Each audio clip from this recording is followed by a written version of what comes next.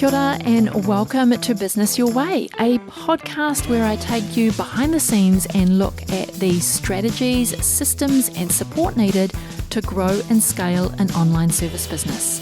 One that not only supports you and your family financially, but one that gives you the freedom to live the life of your dreams. I'm taking the many lessons learnt over the last 2 decades of running my own business and working with hundreds of clients to bring you what's working now conversations. I'm pulling back the curtain to bring you real stories from real people, including myself. We're going to talk about everything from how to get clarity on your vision, creating systems so you can automate and delegate, how to hire a kick-ass team that creates raving, returning and referring clients. We're even going to talk about how to kick those limiting beliefs to the curb so that you can flourish in your business. I'm your host, Sandra Julian, an Indigenous mama of 3, fashion-loving sewist and business strategist. Each week, I want to help you dream big, plan well, and do the work to grow and scale your business your way. Hi there, welcome to episode 104 of Business Your Way. Instead of Sandra introducing this week's episode, you have myself on the mic and I'm talking about my favourite episode of Business Your Way. But before I get into that, let me introduce myself. I'm Lynda Stevenson of LJS Creative Services and I'm a member of Sandra's podcast team. My role here is as podcast editor/manager, which involves taking the raw audio, adding intros, outros and music, along with any intermission voiceovers. I make sure the overall conversation flows well and sounds good when you listen in your car or on your daily walk or wherever you listen to your favourite podcasts. I also create the audiograms and I update the social graphics to promote each episode on the various platforms. This means that Sandra can focus on recording great content and she gets to hand off all the other moving parts to her podcast team, knowing that we're all communicating together to have each episode go out on time. We're like a well-oiled machine. If you'd like to hand over any or all parts of your own podcast, or you're thinking of starting your own, please get in touch and you can find all my links in the show notes.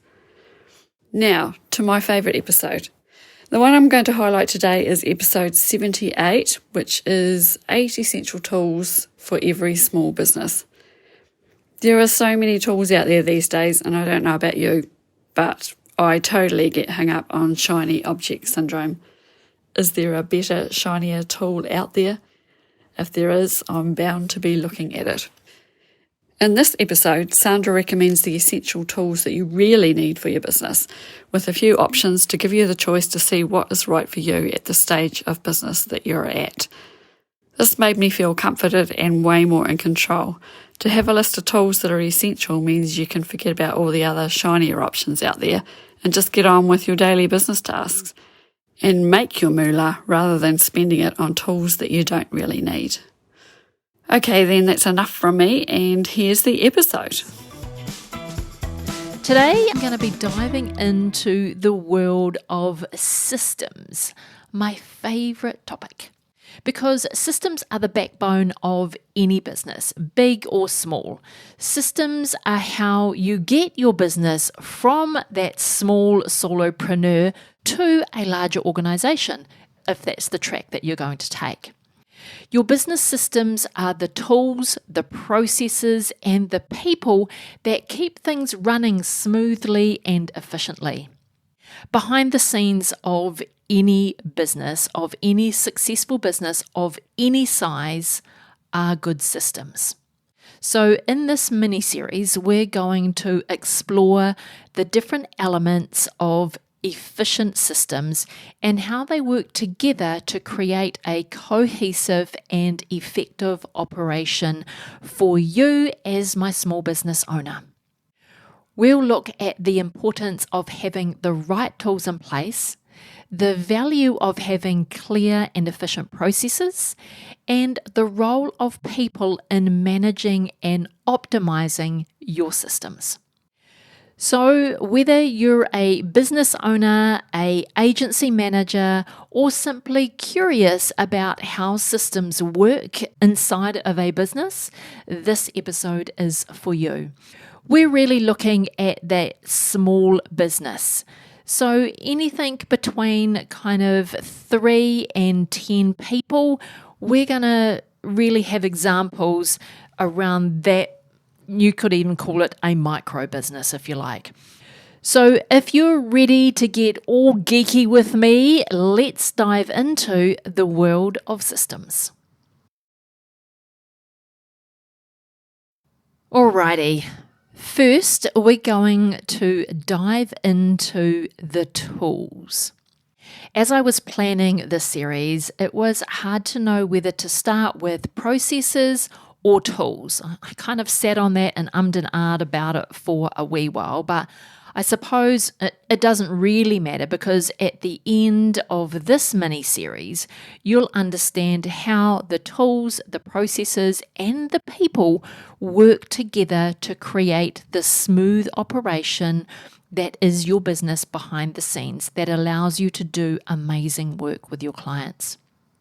When it comes to managing and optimizing systems, there are a variety of tools to help make the process easier and more efficient. Some of the most popular tools include things like a project management software, CRM software, online accounting, communication tools, and that's just to name a few. It is these tools that allow us to do more with less time. You know, back 20 odd years ago when I was starting out in my business, yes, we had software, but it was all proprietary software, and sharing tools wasn't really that easy. We had to have a network system, which, took quite an investment of money. And once you got that networked up, you had to be physically in the office to access that software.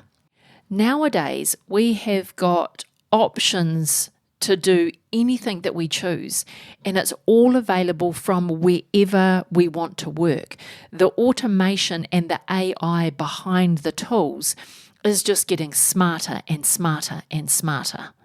I remember back when we were putting our accounting software in place, it only worked on the network in the office. We had to have the bank statements in front of us. We had to load all of the transactions manually into the software, and then we had to manually reconcile it. Nowadays, with software like Xero, half of that work is already done for you. Yes, we have to put the transactions in, but again, the software can simply read the receipt or read the invoice that we've uploaded, create the transaction, ask us to check it, and then reconcile it. The time spent on accounting has significantly reduced. So I digress. So what I want to take you through first is like a number of the different tools that you could be using inside your business to create efficiency, consistency, and get your operation running really smoothly. So the first piece of software that I would highly recommend any service provider having is a project management tool. So this type of software allows your team to collaborate, to track your progress on how you're doing with your projects for your clients, and it allows you to keep on top of your tasks and your deadlines, as well as see the bigger picture of what's going on across the whole project. Examples of popular project management software include Asana, Trello, Basecamp. ClickUp is one that's become really popular really quickly in most recent times. But my all-time favorite project management tool, which you have heard me talk about over and over and over again on the podcast, is Monday.com. Now, as you can imagine, in my event agency, I have tried all kinds of project management software. We started off in a spreadsheet because that was easy to share. Then we elevated to, I can't even remember, I think we tried Microsoft Project. Then we tried an event-specific tool that was starting to emerge out of the event market, and that really didn't cut the mustard either. So until I found Monday.com, we were using tools which were the traditional waterfall type philosophy when it came to project management. And it was all just about managing your tasks, subtasks, and the tasks that relied on others. They call them dependencies in the project management world. But that linear kind of project management, it felt clunky.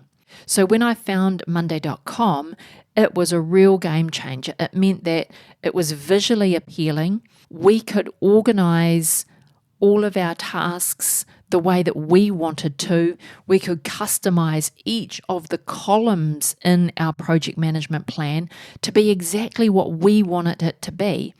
We could write notes against each task and have conversations with the team inside of those tasks. So I am a huge fan of Monday.com. I've also, put my toe into Asana, and whilst that is really popular by lots of, small business owners, because it has a free subscription that goes with it, I find that Asana is still very water flow. It manages your tasks and your subtasks and your deadlines. But I wanted software that did much more than that. So implementing project management software, I've also implemented this Monday.com for other clients who have accessed my specialty on a VIP day. So if that's something that you're interested in, you can head on over to my website, Work With Me, and you'll see all the details there around how I can help you implement Monday.com in your business with a VIP day, all done in a day kind of thing. Alrighty, let's move on. The second piece of software that I would highly recommend small businesses operating is CRM, so customer relationship management software, which can help you manage your customer information. It helps you track your leads. It automates the sales process. And then you can also see your signed contracts and how you're delivering, across that spectrum.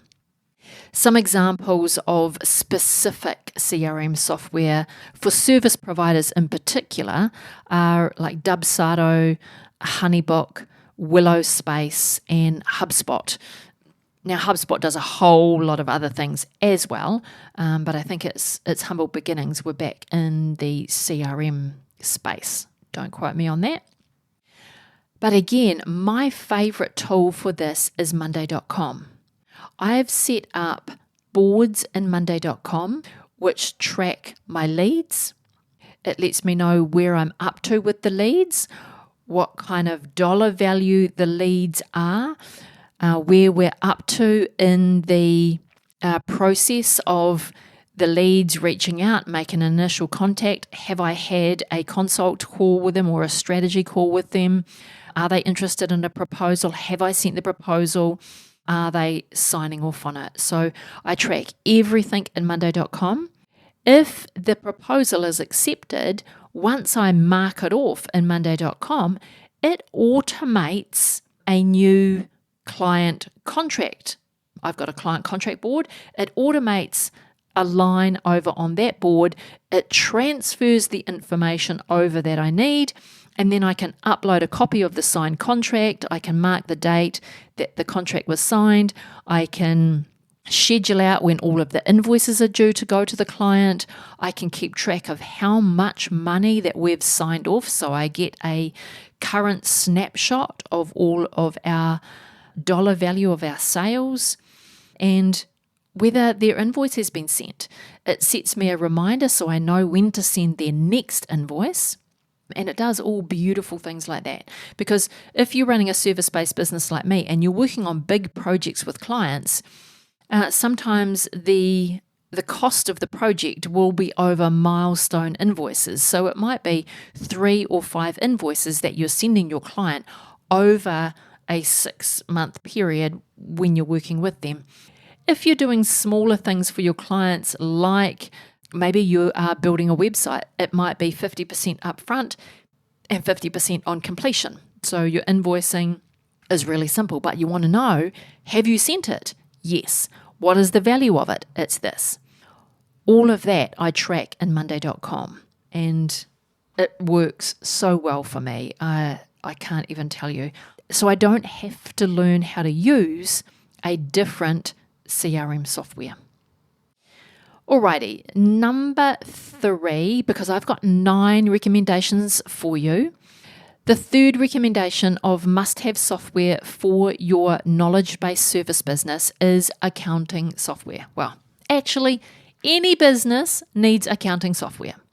So keeping track of your money can be automated with software like Xero or QuickBooks or MYOB. They all now provide a software as a service type tools for you to use. And I think they're all relatively reasonably priced. Like, I haven't looked into the cost of QuickBooks or MYOB because I'm a complete Xero fan. But this means that you no longer have to spend hours messing around with your spreadsheets or keeping your receipts in a shoebox before you have to give them to the accountant at the end of the year to do your tax returns and your annual financial statements. You upload everything, including your receipts, into Xero. It automatically pulls through your bank account transactions, and you can then just simply reconcile them. You can run your own profit and loss reports, your own balance sheet reports. You can dive into all kinds of things. So, must have is accounting software. And I highly recommend Xero for small business owners. If you are like solopreneur and there's just you and you're a freelancer, you're probably not listening to this podcast. But if you are, then something like Henry is probably going to be better for you. Alrighty, recommendation number 4, communication tools. Now, I think communication tools in this day and age are a highly effective way of communicating as a team. So whether you are a team which is in a physical office, or whether you're a team like mine and we're all remote, or maybe it's something of a bit of a hybrid. You have an office, but people work remotely, but the team is never in the same place all the time. Communication tools such as Slack or Zoom or Microsoft Teams, these allow your team to collaborate, share information, and stay connected in real time. So we used to use Slack, but I don't know, about 2 years ago, I suppose, I upgraded to Zoom and I streamlined my tools. And I was like, what tool can I use that will allow me to do everything that we're currently doing with 3 different pieces of software, but how can I condense them into one? So because we had our phone system in the cloud, we were using Slack for chat, and we were using Zoom for meetings. And when I really looked at what kind of provider could bring all of this together for me and make it super easy so I didn't pay different subscriptions for different services, and then it would be easy for my team to just have this one piece of software to do multiple things, we looked into Zoom. So now we use Zoom for our Zoom meetings, so our virtual meetings with our clients or our virtual team meetings, for our phone service. So we have one number. Anyone can call this one number, and then they can dial the extension and get any one of my team members who are located all around the country. So I really love that. We can just advertise our one phone number, and then they get to choose who they talk to once they dial in. And then my team can use the Zoom phone either on their computer or on their mobile phone. And they don't have to use their personal phones for making business calls. They can simply use the Zoom phone and make those external calls. They don't have to give out their mobile number. Everyone can call the office number and it just gets to them. So it's a beautiful thing. We also use the team chat function in Zoom, and it works exactly the same way as Slack. You can create channels, you can invite people to channels, so you can have channels for different things.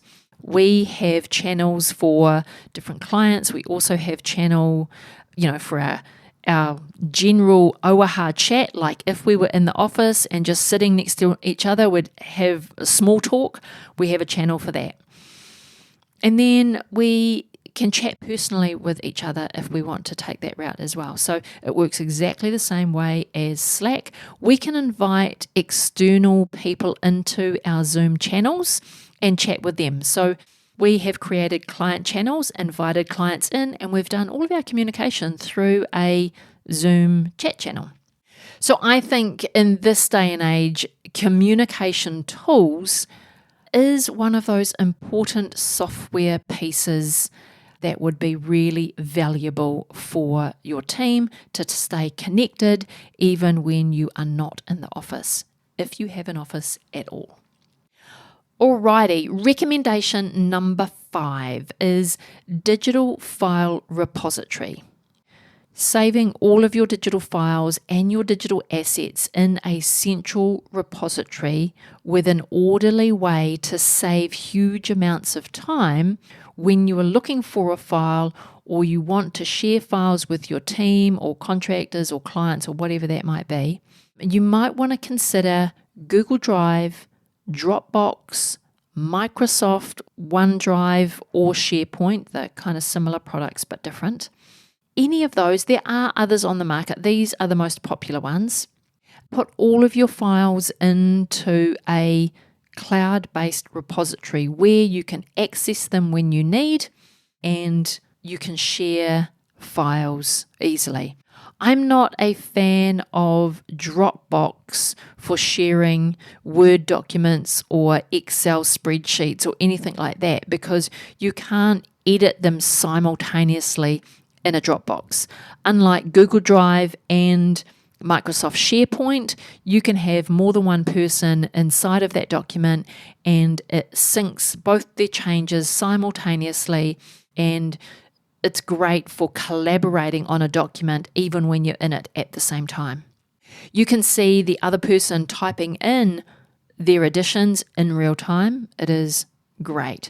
So I highly recommend having that digital file repository for all of your digital files, your assets, but not only having it, organizing it in a way that makes it easy for your team to find files. There's nothing worse than wasting time trying to find something you know exists, but you just can't find it because you don't know where it's been saved, either where you saved it last or where someone else in your team saved it. So getting that digital filing system really smoothed out, really streamlined, getting an SOP in place so everyone knows exactly where they should be saving what type of files. All right, recommendation number 6 is an email autoresponder. Email marketing is alive and well, and having an autoresponder makes it easy to communicate with your clients and your potential clients. So when you're starting out, you might consider something like it's free, like maybe MailChimp, or easy to use like ConvertKit. But as your business needs to evolve, it might need something a little bit more sophisticated, in which case something like ActiveCampaign might be the better way to go. Creating an email list is another asset of your business. It allows you to stay connected with your clients and your potential clients for you to create content that establishes yourself as an authority in the marketplace. And having an email autoresponder makes email marketing and staying connected with those clients and potential clients just a lot more easier. I wanted to jump in here really quickly and ask you for a big favour. If you are loving this podcast and this episode, I would be grateful if you could share it with a friend. Or even better yet, jump over onto Instagram and share it on your stories. Don't forget to tag me, I'm sandrajulian.co. That really is the best way for others to find out about this podcast, and I thank you in advance. Alrighty, back to the episode. Alright, recommendation number 7. Social media content scheduler. Now again, this is completely optional, but if you have added social media to your marketing plan and you are regularly creating content for social media, you might want to consider having a social media content scheduler. Now, I know that if you're using Facebook or Instagram, Facebook especially has a scheduler built into it. You can go directly into Facebook. You can schedule out all of your posts either to your business page or to your group if you operate a Facebook group. It allows you to do that all on platform. But if you want to streamline the way that you are posting to social media, then a content scheduling software would be the way to go. There are so many options now available in the marketplace, but you might want to consider tools like Later. Later is what we currently use to schedule out all of our social media posts. You could use Hootsuite. That is a tool that we used to use before we switched over to Later. Later provided us with more functionality for slightly less in price. Other ones you might want to consider a Buffer. MeetEgger is another one that I know exists out there. So there is lots. Do your research, choose the one that is right for you, and then you can set and forget your content. So instead of having to worry about posting daily, you can just set it up on one day of the week and it will schedule all your posts out for the rest of the week. So you can batch create your social media content, which then makes it feel as though you're not on the hamster wheel of continuously creating content. That is exhausting. Recommendation number 8 is an appointment booking software. This in of itself is a game changer. You can eliminate the back and forth emails between your leads or your clients with a smart appointment booking software like Calendly or Acuity or SavvyCal. You can also get some of these features inside of your CRM software these days. So if you're using Willow Space, I think Dubsado does it. I definitely know that 17 Hats does it as well. They all do varying degrees of a calendar booking system. I definitely know HubSpot does it as well. I personally like Calendly. It lets me do everything I need to do. It is easy to use. I can customize what I need within it. It is cost effective, even to use as a team. It is super cost effective. It integrates with an array of other software. So, you can use it in conjunction with other software tools that you have got. So I would highly recommend, if you are always looking to book those client calls or book those discovery calls with potential customers, having an appointment booking software allows them to get into your calendar while you're not even at your desk. It was such a game changer when I found, this tool, and I use it every day. So recommendation number 8 probably should be up the list higher, but this list is in no particular order, so don't think that you need these software tools in this order. If that was so, I would probably have recommendation 8 of this, appointment booking software. I would have that way up the list, I think at number 3 somewhere. All right, the last recommendation of automation software is actually a piece of software that automates. So automation software, it connects multiple pieces of software and automates repetitive tasks between two or more of those tools. So, such as data entry or email campaigns, freeing up time that you could use in other tasks. So, for example, you could use something like Zapier, or I think there's another one, Integrate. If you have two pieces of software and they don't talk to one another, but you want them to, then you can create what we call a Zap in Zapier to connect them.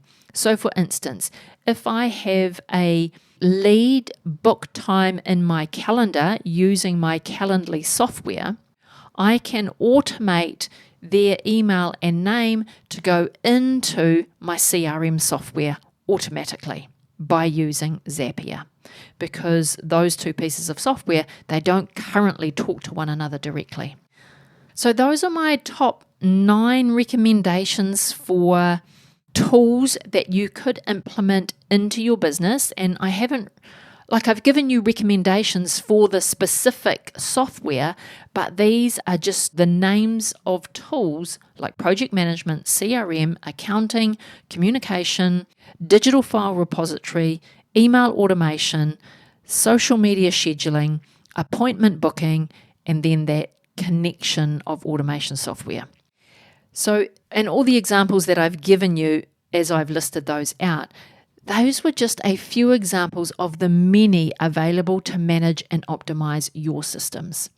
The key is to find the tools that work best for you and your business and your specific needs. It's also important to note that the right tools can change as your business evolves. So like I said before, we were using Slack, we had a separate phone system and then a separate meeting software. And then we kind of went, that all feels a bit too much. And that was a lot of software to teach my newbies. So then I streamlined it because the needs in my business evolved. The software evolved. It allowed me to do more with less software. So it's something that you need to be constantly looking at. So let's wrap this podcast episode up by taking a look at how you can go about selecting the right tools for your business. Before we start, I want to just say that you don't have to do everything at once. When I made the decision to move my business fully into the cloud from a terminal server environment, I did it one tool at a time over the period of about 18 months. So take your time, constantly review the tools, decide which tool you're going to evolve into a more sophisticated program and how that's going to impact your business, what's going to make the most impact. So I've got 8 recommendations of how to approach this. So one is you have to identify your needs. So before selecting any tools, it's important to understand what your organization needs and what problems you're trying to solve with that tool. Consider what you're trying to accomplish and what kind of data or information that you need to collect. What do you want to make faster? So identify your needs. Maybe I'll give you a quick story.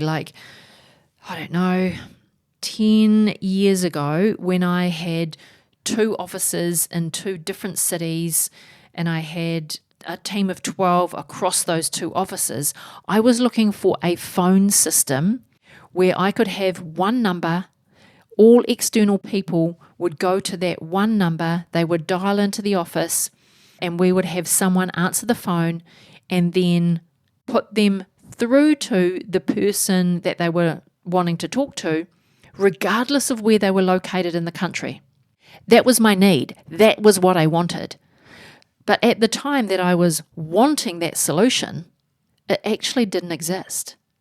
It did not exist. The only things that existed was I had to put a physical PABX into each office. And then I had to have a phone line that went to each office. So if they wanted to ring my Wellington office, they had to ring the Wellington number. If they wanted to ring the New Plymouth office, they had to ring the New Plymouth number. And then They rang the Wellington office, but the person they needed to speak to was in New Plymouth. We couldn't transfer them. We had to get them to phone the other office. I found it so frustrating. But now software tools have evolved. Now I have exactly that setup. I no longer have 2 offices. I don't actually have an office at all. All my team are remote. So you could say that we have multiple offices around the country. But we have one phone system where everyone comes into, all of my callers come into, they get to choose who they want to speak to, and then they get directed out directly to that staff member who can answer that call. And then if they want to transfer the call, they can do that as well. So someone got through to one of my team members that actually wanted to speak to me. My team member can then just transfer them through to me. The client, or the person at the end of the phone doesn't have to ring back. So good. So consider what you're trying to accomplish. What are the problem in your business that you're trying to solve with a software tool? Then do your research.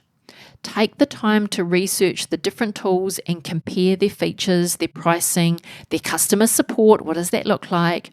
Look for the reviews and the testimonials from other businesses that have used that software tool before. Don't be afraid to reach out and talk to some of those people as well.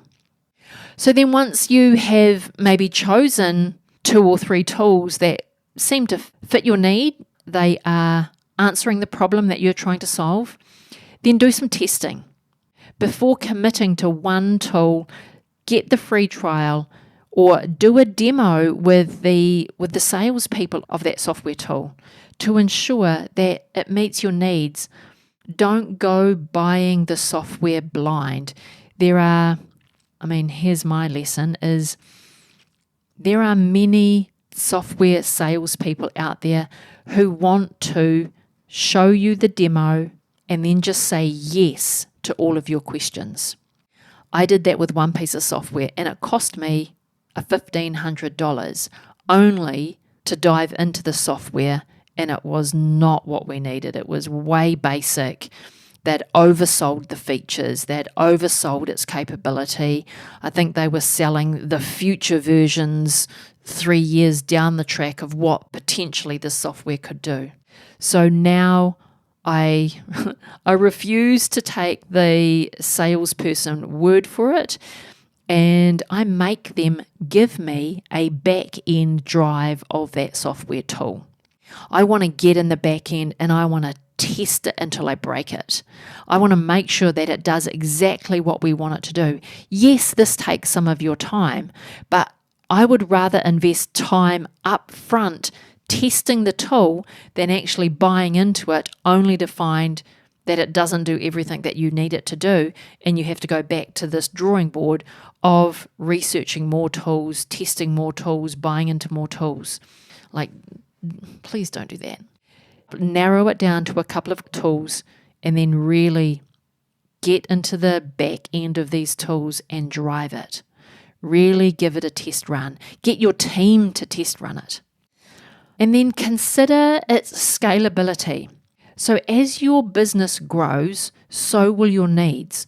Look at your tools and think, how can they scale as my business scales?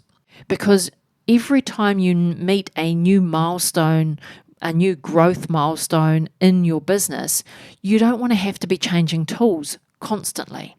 It's okay to maybe change from MailChimp to ActiveCampaign when you go from just 1,000 people on your email list to now you've got 5,000 people on your email list, and business is a bit more sophisticated. You've got more products that you want to offer your clients. Get the tools that make the most sense for your business where it is, but think about its scalability, or know what its limits are and know when you reach that point you're going to have to upgrade to another tool. That's fine as well. Get what you need now, but consider the scalability of the tool. And then think about how it integrates with other tools that you're using. Consider how this new tool that you're considering will integrate with the other tools and systems that your business is already using. It doesn't have to be perfect and it doesn't have to integrate directly, because you've got tools like Zapier that allows you to connect your two tools. But firstly, you want to make sure that the software tool that you're buying into allows you to do that easily. There are some tools out there, and maybe it's just the event management industry, but the event management tools don't really like to talk to anybody else. Whereas more entrepreneurial tools, they're open to talking to other pieces of software. They just want to do what they do really well. So consider, what are the other tools in your business that you will need your software to integrate into? And then there is a range of prices. So many tools come with different price points and different pricing plans. So if you come into Monday.com, for example, the initial pricing plan is for 3 people. You can pay monthly or you can pay yearly, but it's 3 people on the plan. They do have a free plan, but it's really limited to what you can do with that free plan. So take a look at the pricing plans. Know when you reach this point in your business, then you will jump up to the next pricing plan. When you reach this milestone in your business, then you'll jump up to the next pricing plan. So the software can grow with you. So again, comes back to that scalability. So is it scalable? And what are the costs and pricing plans does this software have that meets you where you're at now in your business, but allows you to grow into other plans with more features as you grow? Make sure you choose the one that fits your business budget. Evaluate the customer support. Look for tools that come with good customer support, as you'll need it when issues arrive. So if it's a piece of software that you use daily, but you have to wait 7 days to get a response from their support, that's just not going to meet your needs. Not when it is something that you use daily and that you rely on daily in your business. So if it's a high-use software tool, make sure that your customer support meets the use that you have. You want to make sure that they can respond to your issues in a timely way, which equates to how you use the software. And then allow time to train your team. Make sure that they know how to use the tool effectively, because you want to ensure that the tool is being used to its fullest potential and being used consistently by everyone on your team. There's nothing worse than, having different levels of proficiency with your tools that you're using daily. So train your team, make sure they're proficient, make sure they are all using the software in the same way.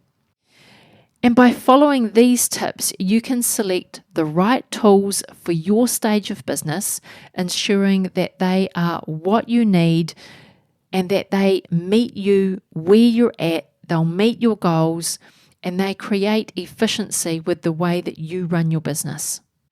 I also recommend that you track all of the tools that you are using. So track when the subscription renews, especially if you're buying an annual subscription, or even if you're buying monthly, what day of the month does it renew? What is the cost of that subscription? And anything else that is worth recording about your software subscription. I do this with the Monday.com board, of course. I have a board that is dedicated to my software tools. It lets me see which tools we are actively using, which tools we are testing, and which tools that we have retired or that we've said no to during testing. That's really helpful because, in maybe 3 years' time, when I might need to upgrade a tool, I can go back to my tools tracking board and take a look at, what did we test last time we looked at this? It was that and that. What did we think of them back then? Should we retest them this time? Are they worth considering now when looking to up-level our business yet again? So track all of your business tools. It can be in a spreadsheet or it can be in a Monday board. You choose. But that's worth reviewing because that also allows you to keep track of subscriptions. So any subscription, usually coming off your credit card, you can stop any that you don't need. So you can stop that unnecessary spend in your business by cutting off subscriptions for software tools that you no longer need, but are just automating out of your credit card that you're completely unaware of. So take a look at, all your subscriptions in one place. Make sure they're all up to date and it's what you're using, and it's what you're using and nothing that you're not. Alrighty, my friend, that was a much longer episode than I anticipated it to be. But as you can tell, I love talking about the tools that can help our business be way more effective and help our team be way more effective. So that wraps up part 1 of the systems mini-series. As you can see, there are a variety of tools that can be used to manage and optimize your business. However, you don't need to have a separate tool for every process. There are tools that can have multiple purposes across your business, which is why I love Monday.com so much. If you want to try Monday.com for yourself, I've got an affiliate link that I will pop into the show notes. You can go and check that out there. You can get started with a free trial of Monday.com. And then if you have any questions or you like the look of what you see and you want to get my help to implement, and we can spend a day together implementing Monday.com into your business, then you can come work with me in a VIP container. You can head on over to the Work With Me page on my website, also put that in the show notes, and that'll tell you all about how you can work with me in that VIP container. Before you go today, I want to thank you for being here and listening all the way to the end. All the links to this week's episode can be found in the show notes, and you can read a full blog of the episode at sandrajulian.co/podcast. If you enjoyed today's episode, make sure you hit that subscribe button and get new episodes as soon as they're released. If you'd like to reach out to me and chat about anything on today's episode or any of the previous episodes on the podcast, then I've got a link in the show notes so you can leave me a voice message or a video message. I really do look forward to hearing from you. Alrighty, have a productive week and I will talk to you again real soon.